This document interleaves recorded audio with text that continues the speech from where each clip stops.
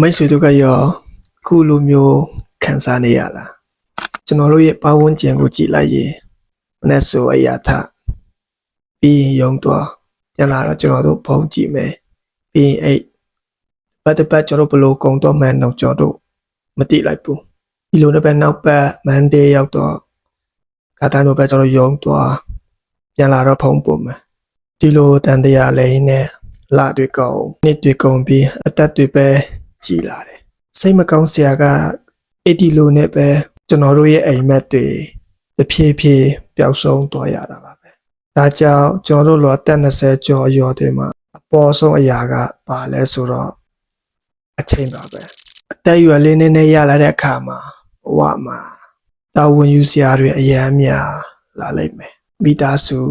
ကျွန်တော်ငွေရေးကြေးရေးတာဝန်နဲ့ဝတ္တရားတွေအများကြီးမှ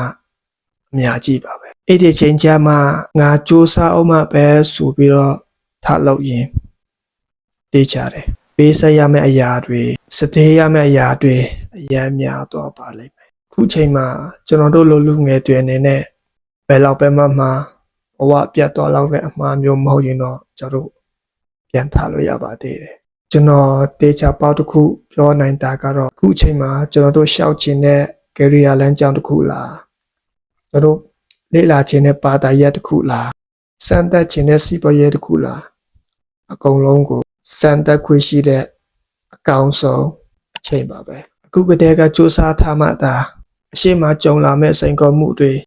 ကျော်လွှားနိုင်မှာပါဒါမှလည်းနောက်ထပ်3နှစ်ဒါမှမဟုတ်နောက်ထပ်5နှစ်ကြာတဲ့အခါမှာဘဝမှာကိုယ်ပိုင်နေရာတစ်ခုနဲ့အောင်မြင်မှုတစ်ခုကိုခိုင်ခိုင်မာမာရလာမှာဖြစ်ပါတယ်တက်30မှစလို့ရတယ်ဆိုတဲ့စကား yes ဟုတ်ပါတယ်ကျွန်တော်နားလည်ပါတယ်ဒါပေမဲ့တချို့ကအသက်18နှစ်ကတည်းကစူးစမ်းပြီးစနေကြပြီးဆိုတာကိုတော့မမေ့ပါနဲ့ဒါကြောင့်ကျွန်တော်တို့အခုကတည်းကစလုပ်ဖို့လိုပါတယ်စလုပ်တဲ့အခါမှာစိန်ခေါ်မှုတွေအများကြီးကြုံရလိမ့်မယ်အဲ့ဒီစိန်ခေါ်မှုတွေကိုကျော်လွှားနိုင်မှပဲဘဝရဲ့လက်တွေ့ကျတဲ့ပြင်မှန်ကိုကျွန်တော်ရှာတွေ့မှာပါကျွန်တော်လွန်ခဲ့တဲ့2022ခုနှစ်ကကျွန်တော်တင်တန်းတက်တုန်းကကျွန်တော်အရန်ကြိုက်ခဲ့ရတဲ့စကားလုံးလေးတစ်ခုရှိတယ်အဲ့ဒီစကားလုံးကပါလဲဆိုတော့ Don't waste your time doing nothing မင်းဘာမှမလုပ်ဘဲနဲ့တော့အချိန်ကိုမဖြုံးတီးပါနဲ့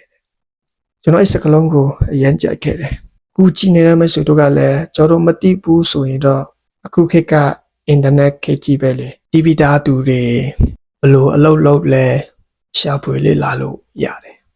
မသိတာရှိရင်လိုက်မေးပါလေကျွန်တော်လည်းမသိတာရှိရင်တော့သူများကိုလိုက်မေးတယ်လိုက်မေးရမှာကိုဘယ်တော့မှမရှက်ပါနဲ့